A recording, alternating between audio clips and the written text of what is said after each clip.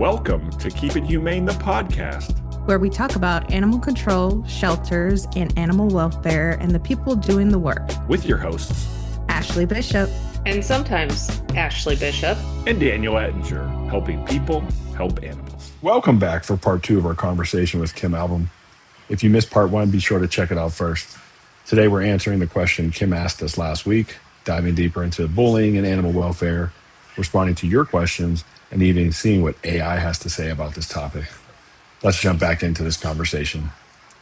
Is it okay to collectively come together and call out that animal shelter?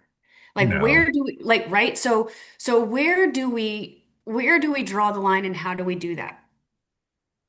And I'm love to hear your thoughts on that, because I think the scenario number one, I think, is part of how we normalize this, right? That's what we did as animal advocates. I mean, my goodness, I've done it a million times with animal advocates. We've come together to stand up against a county, an agency. Animals were truly suffering, and it was egregious. And love to hear your thoughts on that. Bishop, you want to go first? Yeah, I mean, Dan and I have talked behind the scenes. There's an individual right now that I feel is very loud, very, very loud in this space. And I feel like at a certain point, we need to be out there to have the conversations. Like Dan said, I am also in belief. I don't agree with the no-kill rhetoric. I've been like that since, it made it all the way down to where I was at down south. In Texas.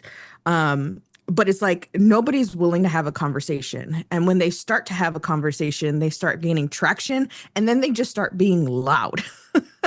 And being loud doesn't fix anything. Like, you're doing the same thing that the other side is doing, and you're bullying those organizations that you are wanting to try to get them to listen, and it's just making it worse. But isn't that what we've done since the beginning of time? Isn't that what we've done? We've had to elevate animals in communities. When we all started, guys, here in North Carolina, there were gas chambers still in use when I started. We had to be loud. We had to be forward. We had to elevate animals in the community, and we had to stand strong. And from that, I believe that we built the foundation for an industry that bullies, right?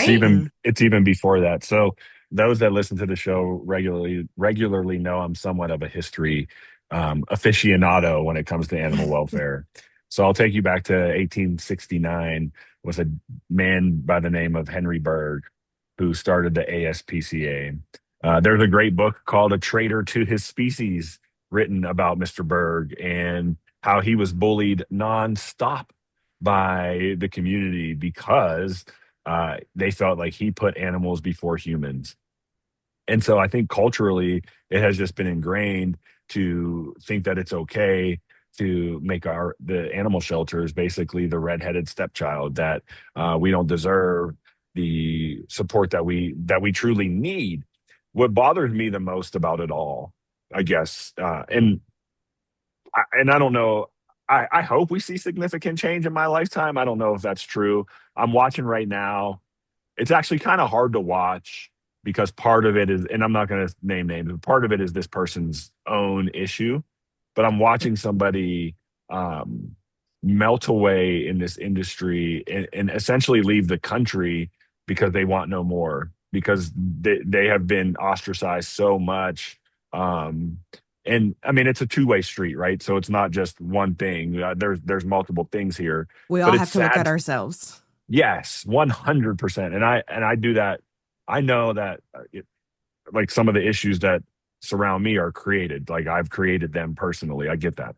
But I'm watching it and I'm seeing this person who is very valuable, very knowledgeable, and a great part of this industry just be faded away in a sense because they can't handle the being now an outsider, not being part of it. And that's what I've noticed.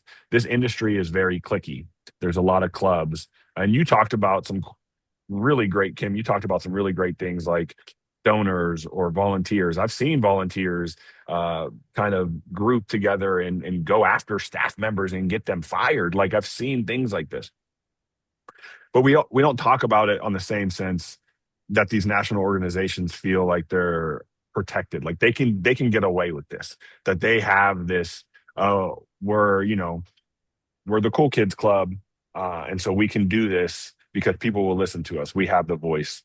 I guess my point of bringing all that up is, how do we just accept that there are going to be differences, just like accepting like you're going to have a black cat, you're going to have a calico cat, you're going to have a tortie cat, you're going to have different animals in your shelter, accept that there are going to be different personalities and be willing to work together, because what I may bring to the table may be something different than another organization brings to the table, but completely saying that we don't want to have anything to do with that individual may actually keep us from getting to the point where we can actually build and do better things in this industry. And it's so egocentric and it's based on ideology that is unfair for the animals. All we're hurting is the animals. We're not hurting, sure, you may hurt my feelings by, like I said earlier, keeping me away from speaking at a conference. Sure, that hurts personally, but it hurts the animals long term, right? We're hurting, we're basically putting our own ego in front of what is I'd say, mission here, and that is the animals. Like the better that we can accept people for who they are, use trauma informed communication and language when we're dealing with people, and then find ways to truly, like, how do we work together to like, maybe Bissell needs somebody to come in with more of a law enforcement style to talk to that organization, to that individual, because I'll be honest, what you're experiencing, and I don't know these individuals. I don't know who this person is. But a lot of times ego gets in the way and they're like, I hate that I'm even going to say this, but it's true. So I have to say it, Kim, and I have to say it, Ashley, and I apologize. I'm not letting these women come in and telling me what to do. That's part of it. Absolutely. It's sad. It's sad that it is part of it, but that is true. We have ego out there. And so sometimes you have to find ways. And I think it's important for us to accept this, is just find ways to understand where it exists and find ways to neutralize it, with whatever works to make it work for the animals. Because at the end of the day, that's what we need. We've come so far as an industry, and I think, it's professionalized. It is, we are saving so many more animals than ever before, right? Like we are fighting the good fight. But it's just, we have to let go of the bullying tactics, like you said, in order to move forward. We have to start talking and collaborating. And that is not going to happen unless the leadership in this industry at shelter level steps up and says, we're not going to tolerate that type of behavior to our staff from anyone. And until that happens, we're going to keep doing it. Do you Right? think we As an see the industry. change? Is Do you it? think we see it? I do. I think it's being talked about more, right?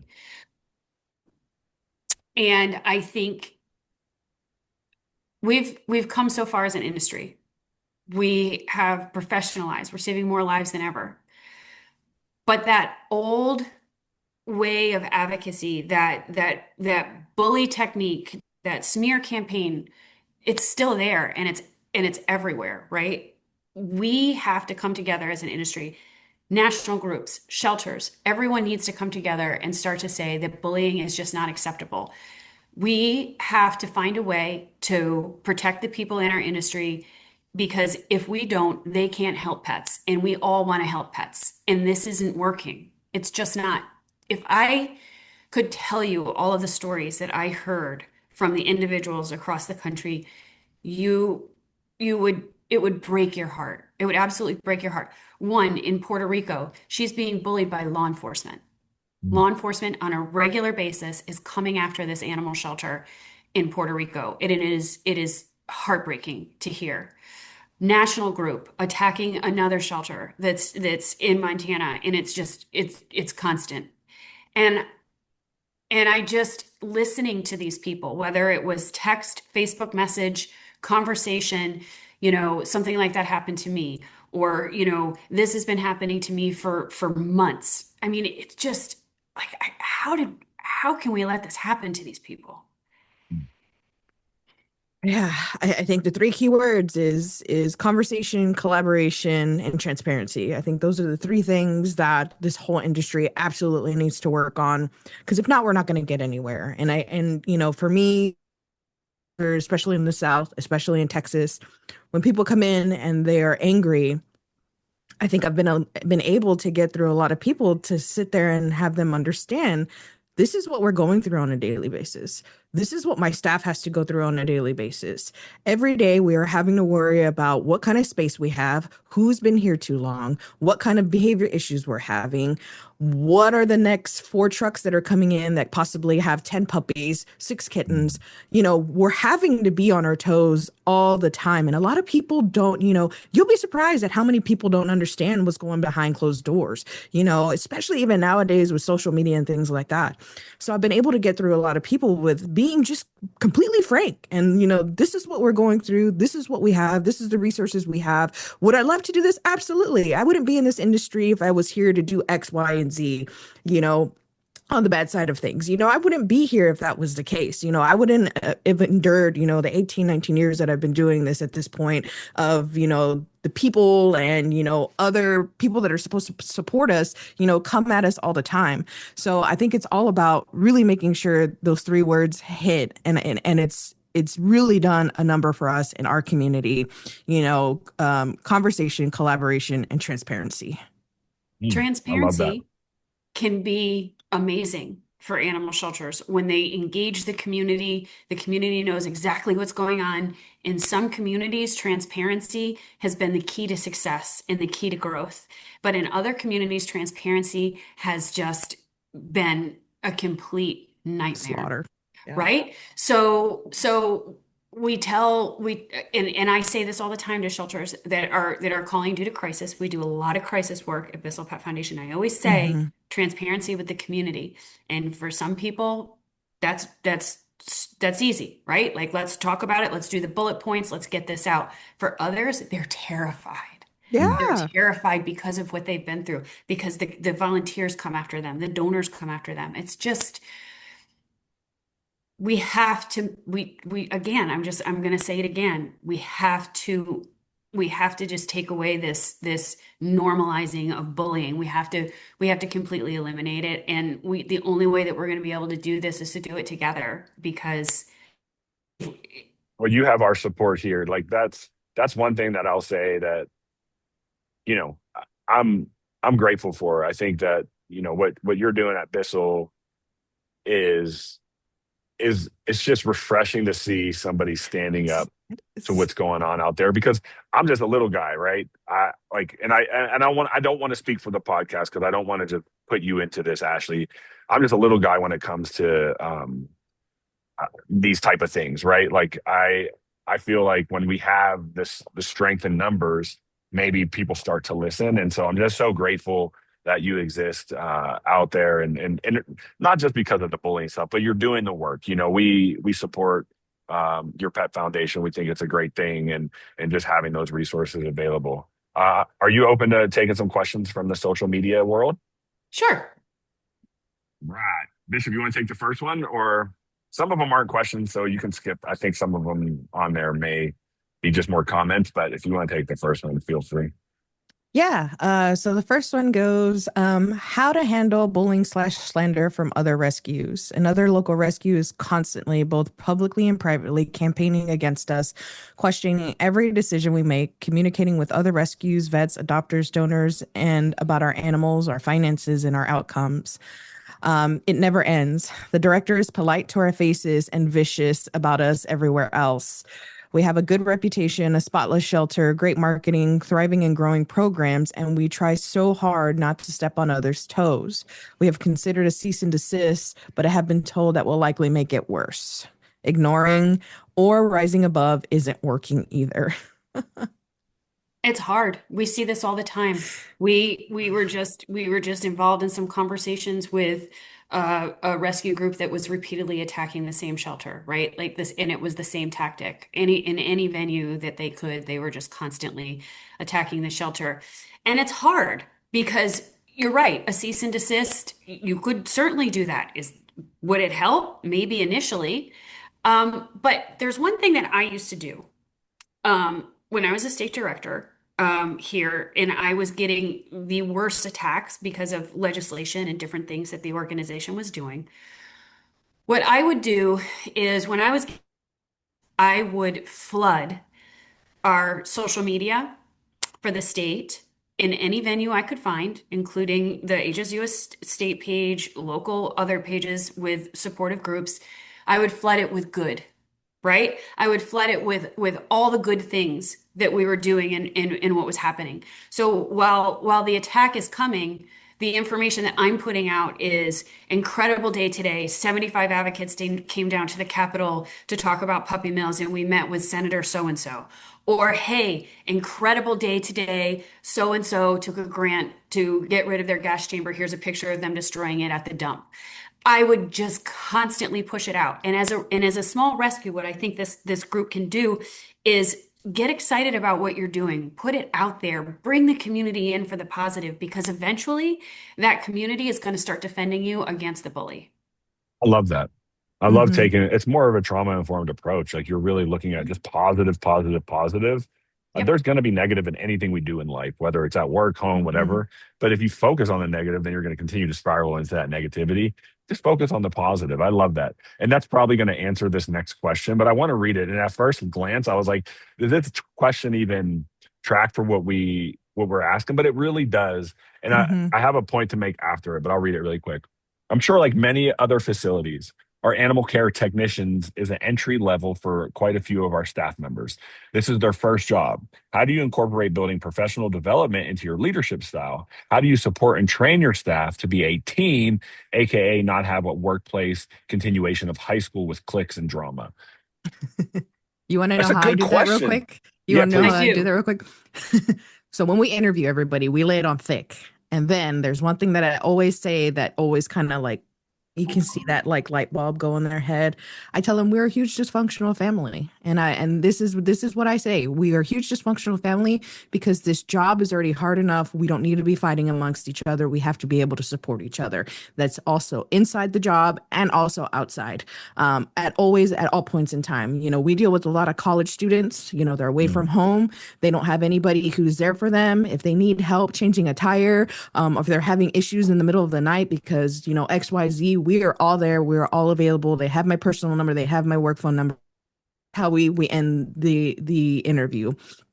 Because it's true, I understand after doing this so long, is that our jobs come with a lot of emotion, regardless if it's good or bad. And I have to be able to support my staff in understanding that. I can understand that, they're frustrated with something and they come at me, but I understand that later on they're going to come and say, hey, man, I'm sorry. And I'm going to completely understand because I understand what we're going through on a daily basis. So making sure that we reciprocate that with new people coming in to understand that this is a family and we have to be a family. We're very different than other industries in the market, even than PD or fire and all that stuff. We're very different because we're having to deal with all of it. Not to say that they're not less important or they don't deal with those types of things, but we're dealing with a gambit of things altogether. I love Love that. that answer. Yeah. The health of an organization comes from leadership, right? If leadership is working to keep everyone cohesive, and leadership is, I love that, the dysfunctional family, because we really are. And I communicate to my team that way too. I mean, this is a hard job, and we have to give each other some grace. For Yeah. the love of God, Yeah.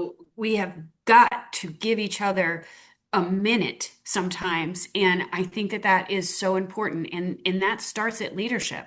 And if leadership is pushing collaboration and partnership among staff and support among staff, then it's going to happen. And we're not all perfect either. Well I mean, said. I think Yeah. that's No. a thing that, I had to learn very early on, and I'm still learning. Knowledge is infinite. I've always been a purveyor of that. We're always learning, and every situation is different. And it's just, something that you do have to come to terms with, is that we are human beings and we're going to make mistakes. But if you don't learn from those mistakes is when it catches you. Well said. Well said. The only other thing I was going to add to that about the culture in our, I just think we're so underpaid as an industry that we attract people that, well, and I don't mean this, I'm not like taking a shot at Walmart or McDonald's, but like when you're hiring pay is less than or equal to, you're getting the same employee in a lot of ways. Like there's just no like incentive to hire quality employees outside of maybe somebody just wants to come and do the job. So you're paying a kennel technician $12.75 an hour. Like, and I hate to say it, like, what do you expect you're going to get? Well, hopefully you're going to get somebody that cares for animals, I right? hope. I've And seen that you don't, though. I've seen that you don't. I've been I to some know. training, Kim, where people are like, I'm like, how did you get past the interview stage? Like, I know it. I mean, you're making some comments that I'm like, bro, somebody needs to fire you like now. It's that's hard. right. It's scary. It's really hard. How about 2 more questions, Bishop? What do you think? You want to do Okay. one more and I'll do one more?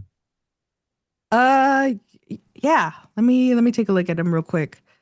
This is a good one. Strategies for recognizing when you are participating in bullying culture and steps to self-reflect. It's a really good one. Way to go, Melissa. Love you. Oh, Yeah. that is hard, right? Right? Because that goes back to what we talked about. Our root is in aggressive advocacy because we were Yeah. forced into aggressive advocacy. Yeah. Now here we are, we've professionalized and we're trying to say, okay, now we're not going to bully anymore. It's really, really hard. And am I bullying when I'm putting pressure on that Mississippi agency where the animals are suffering? Am I bullying because I am talking to other local groups around them saying, guys, we've got to get together, we've got to do something. Animals are dying on this property. I mean, I literally have stepped back multiple times to check myself because you feel the rage, right? You feel the rage. And is it coming out of me? Like, do I sound the way am I screaming out my mouth the way that I am in my brain right now when I'm talking to you? Because I think I might be. And we really do have to check ourselves. But I think the key here is, what is the intent of the other party? Sure. Right?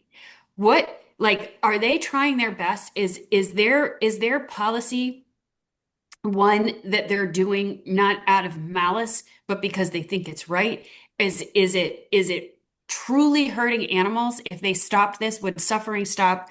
There's all these checks and balances. At the end of the day, am I going after somebody that thinks that they're doing their absolute best? And if I am, and I'm aggressive, maybe I need to change my tactic. There are so many answers for that because I think it depends on the situation. So, Melissa, whoever you are, that is such a great question. And I think we all need to check if the rage that's in our head is coming out of our mouths because it's hard. I mean, this TNR situation is really upsetting. It's really upsetting for us at BISSELL Pet Foundation. Sure. That so many cats are being picked up and euthanized, right? Like, it is really upsetting for us. But at the same time, the staff in that shelter, I can guarantee you they don't want to be doing that. And we are not going to identify them as killers and go after this animal Which shelter. other organizations would. So their leader.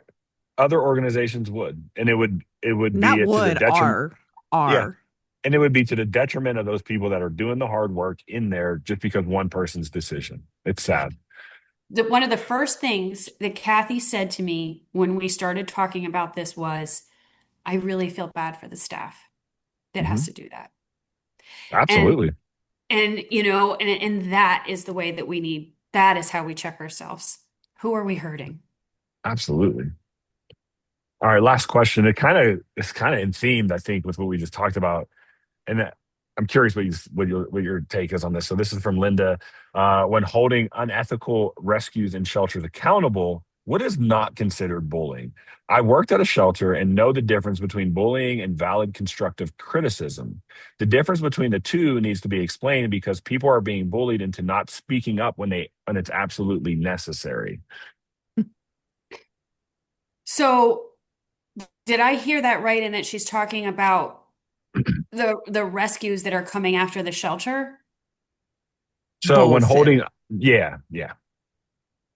So I think, this again goes back to what can you really do when you have a group that is just continually attacking you? Like, what can you do if it's nothing illegal?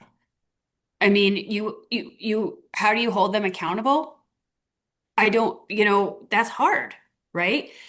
I think it goes back to how do we thwart that behavior and just make it completely, or what's the word I'm looking for? I'm sorry, my brain just went.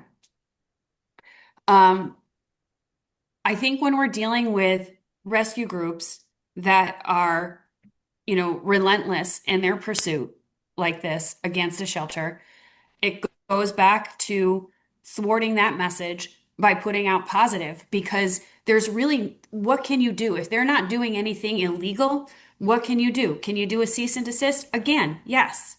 But is that really going to help in the end? What is really going to make a shelter stronger is support from the community, because That's what the I was just gonna community is say. going to step out. And so the way you get support from the community is being transparent, talking about your good work, engaging the community and bringing them in the door. I don't care what size animal shelter it is. I don't care if you're a giant 30,000 intake shelter or a 2,000 pet intake shelter. Sure. You can engage the community. Mhm. You can get them on your side. But with that, Absolutely. you have, you have to be transparent, and you have to put out that messaging of the things that you're doing that are positive. And hopefully they're going to stand up against that rescue group, because until they do something illegal, there's not much you can do. And I think on the Absolutely. opposite, just to kind of come off of that, Kim, I think the biggest thing for everybody to be on the other side, let's say you're the person bullying, have you asked how you can help? Mm, Have you asked how you can help rather than coming in demanding how they need to change? Have you sure. asked how you can help? I think that's been the biggest thing for us is, people coming in saying, well, you're not like the shelter down the street. Well, yeah, we're two different organizations. One's a nonprofit, one's a municipality. Here's how you can help us. It's going to be different how you can help them. So, always start with that. How can you help? And not more of I'm coming in so I can change. It's how can I help? Yeah. Love that. And when you tell them how they can help, if they don't like it, it just keeps going. There's going to always be people that you can't please. Yeah. I mean, that's the way that it is. I think in any industry there is. We are just a particularly tough nut. Our industry. We are mean to each other. And, maybe the way that those rescue groups stop treating shelters that way is that maybe they stop getting funding from others. Maybe other organizations look at who you're funding. Are you funding and providing services to organizations that are bullying others? And if you are, have that conversation with them. We Totally. have we have at BISSELL Pet Foundation, again, we had a rescue that just was continually going after a shelter, and we actually had a conversation and said, you're violating our code of conduct that you signed to be in this program. Mm. Hold them accountable, right? That's what you got to do. Mhm. Absolutely. And sometimes I think they don't even realize they're bullying. They're going back to the Mhm. beginning, right? Where that tough advocacy and bullying. There's a fine line there, and Absolutely. yeah, we Mm. cross it. Well, it takes us to our favorite part of the show where we do our AI interpretation of things. And what I did specifically for this is I made sure I used a what's the word? Fresh source. So nothing that I've like I'm a fan of AI. I think I think it's something that is beneficial and used in the right way. But I didn't want my algorithm to influence what I wanted to ask this AI. So it's a completely fresh source. I'm going to read it and then we can talk about it. So what I put in there, it's just very brief. Is there bullying in animal welfare, specifically shelters and animal control? Thought for 10 seconds, by the way, is what it said. Yes, bullying is a documented and recognized problem in animal welfare, including animal shelters, rescues, and animal control. It affects staff, volunteers, leadership, and even occurs between organizations. While the field is driven by compassion for animals, high stress, emotional demands, low pay, and passionate personalities can create toxic environments. Forms of bullying in the field: internal workplace bullying amongst staff from leadership or involving volunteers. This includes verbal abuse, exclusion, gossip, favoritism, or harassment. High stress shelters can often see burnout, leading to negativity, cliques, or toxic volunteers who berate others. From public adopters, staff frequently face threats, verbal abuse, or coordinated complaints from frustrated people over adoption decision, fees, or policies. How about between organizations or online? Smear campaigns, harassment, false accusation. So let's try that again. Smear campaigns, harassment, false accusations of cruelty, neglect, and public shaming between rescues, shelters, or advocates. Large groups have been accused of bullying smaller shelters over policies. Example, no kill versus open admission. Social media amplifies this dramatically. How about animal control officers? They deal with public hostility, internal departmental issues, and the emotional toll of enforcement work, sometimes including bullying from supervisors or the community. Let's see here. Okay, why it happens. High stress environment. Constant exposure to suffering animals, euthanasia decision, underfunding, and overwork lead to compassion fatigue and short tempers. Passion and competition, strong opinions about right ways to do rescue shelter work, plus competition for donors, volunteers, and adoptions. Lack of support. Many organizations prioritize animals over staff well-being. Leadership may ignore issues to avoid losing volunteers or donors.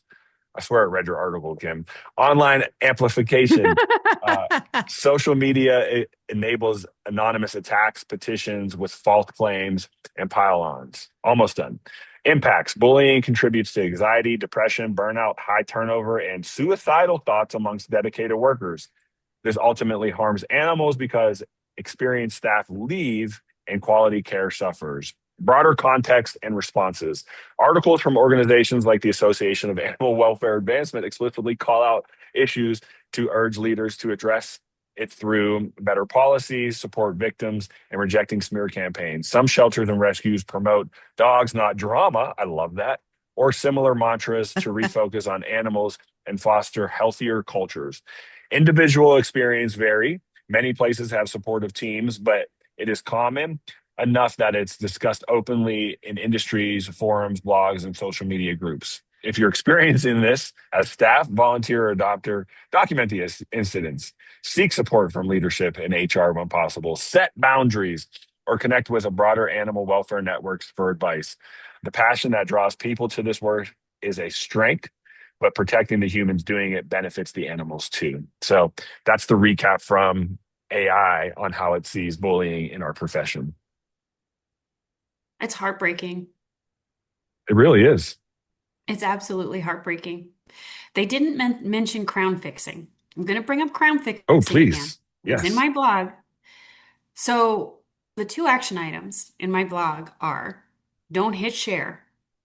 Don't spread smear campaigns, right? We should not be doing that. If you Yeah. are in this industry and you are sharing a smear campaign against another shelter or rescue, you need to stop. True or not, you need to stop. Agreed. Okay. Secondly, we need to become an industry of crown fixers, supporting each other. Instead of hitting that share button, why don't we find out how we can help? Why don't we become the people that actually stands behind the other people in our industry and helps them through a bad situation instead of making it worse? Mhm. Why are we so much more likely to beat somebody down Mm. or spread that information than we are to help them fix the problem?